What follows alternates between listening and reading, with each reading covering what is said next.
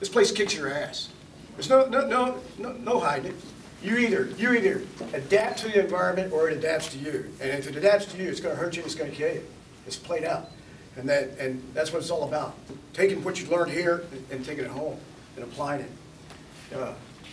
It's great to see Sergeant Major Gardner, Sergeant Major Mullins, Sergeant Major Pospistol, guys I served with over the years. And it's great to, you know, everybody, the Army has a way of doing things like that where you constantly run into each other. You learn a little from this guy, you learn a little from that guy. And I even have my own legacy soldier that I learned from. And in this particular case, it kind of applies to what we're doing right here today. And the guy I'm going to talk about today is a mentor of mine. He's 90 years old. He sits in an easy chair, flips through remote control channels in Des Moines, Iowa right now. His name is Lester B. Cook. He's a retired Sergeant Major. And Lester started his Army career in 1939. And after Pearl Harbor, he's with the 34th Infantry Division. In January of '42, he was on the boat to Ireland. Got kind of bored sitting around. A major by the name of Darby came up and says, "Hey man, you want something to do?" He says, "Yeah." "You want to be a member of the 1st Ranger Battalion?" He says, "What are they?" He says, "Come on, let's find out."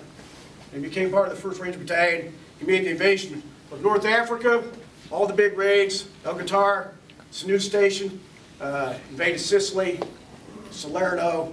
He was in the big gunfight there at Anzio. One of the few survivors that walked out of Cisterna. He made the southern invasion of France before somebody saw his scroll on his shoulder and said, "Hey man, shouldn't you be home? You've been over here a long time." So Les comes home. Comes back to the United States and he says, "Man, you know, I was in the war. It's kind of cool, but something's missing." He says, "I like that camaraderie. I like that spirit." So he raises his right hand. He says, "I re-enlist. I want to be a paratrooper because I don't want to walk." So off he goes. Boy, we all know what a big lie that is, right? Yeah.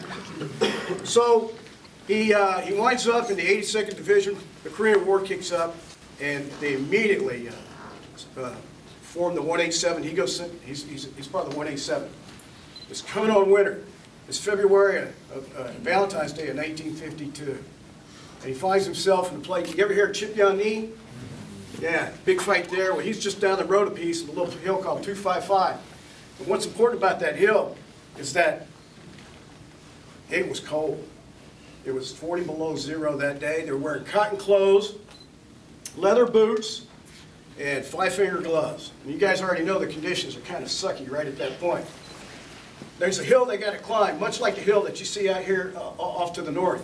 And he's out there, started us out as an infantry company. And they start going up the hill. Everybody starts going back, except Lester's platoon. Lester's a platoon sergeant at that time.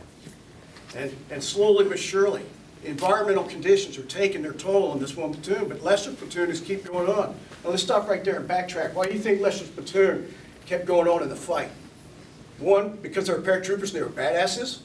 Probably so, but the one thing that made the difference right here and there before we go any further is Lester, in the February of 1943, was in a mountain valley in Italy, and it got cold and they got snowed on, and the 1st, 3rd, and 4th Ranger Battalion started taking casualties because it was cold. Lester learned right there, I got to take care of my soldiers when it's cold. I got to train them when it's cold because I ain't going through this again.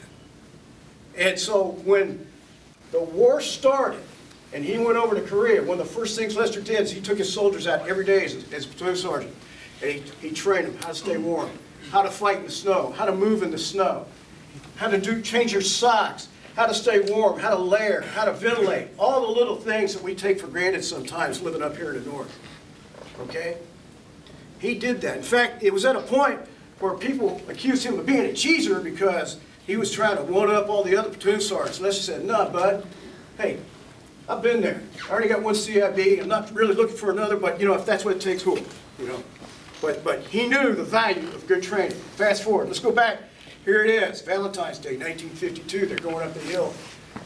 They fire 3 basic loads of ammunition. Their .30 caliber machine gun, the red barrel, they got so hot they could see the rounds coming out the barrel. And finally, get the guns die.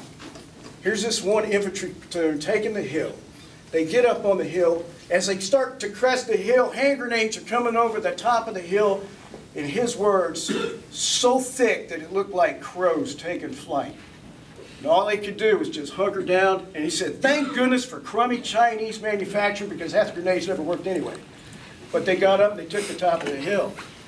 Lester he's getting all kinds of excited. He's like, my gosh, we did it. We did the impossible. He's thinking to himself, we just kicked some serious ass. And about that time, as he's standing up, admiring all the glory that he's done and the carnage and whatnot, he gets shot in the neck. And he gets shot in the neck bad. And so he rolls backwards down the hill, and he's like, son of a gun, I caused myself to get wounded because I got a little cocky. So he's laying there bleeding. There's a lot of chaos going on the objective. One thing he did do, because it was that cold, he was smart enough to take some snow, and he packed snow in his wound, and it froze. Basically saved his life. That platoon, that entire platoon received the Silver Star. The survivors that made it to the top, the platoon leader received the Distinguished Service Cross. Now, why is that important? What does that have to do with a lot of things that we do here in the area? Is real simple. I don't want to disparage our Stryker brothers by any means, but how many roads do we have in this state? 3, 4, maybe 5. Twice as big as Texas, and we got 4 or 5 roads. What do you think people are going to get there? It's going to be you guys right here. This whole state is a drop zone. If you got to go somewhere, you're going to go somewhere, and you're going to go either you do an E-roll on the gravel strip, or you're going to parachute in there. All right? So it's important because you're the guys that are going to be used. Now, as leaders, why is it doubly important? I don't need to tell you. You guys got CABs, you got CIBs. The thing about it is, it kicks your ass. When do we do A-Lit? What time? What time do we know to do A-Lit? In the fall. Why?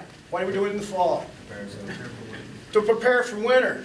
Now, you could be Unit A and go out in the parking lot, set your tents up, while everybody runs over to Burger King, get a big snack and a Coke. Or you could be taking your units. One of the hardest problems we got right now is white space on our calendar. How much white space do we have on our calendar? None. Absolutely none. It's hard. It is very hard. So what you got to do is you got to plan, you got to put that, and you got to take it, for A-Lit, take it. The recommendation is go out and practice those skills, rehearse those tent drills, everything you learn here. You know how hard it is to do an ambush. It's very difficult to do an ambush in the snow, all right? But you can do it. It's just hard work. My point to all of this is, do your A-Lit early, and then that way when you do your A-Lit 2, you guys are smoking.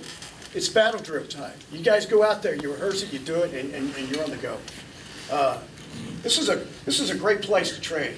I think some of the greatest soldiers I've ever seen in the Army have got some type of history related to this place at one time or another. Anyway, I'm starting to ramble now. You guys want to go home. I thank you for your time, and hope you have a good trip back to Fort Richardson.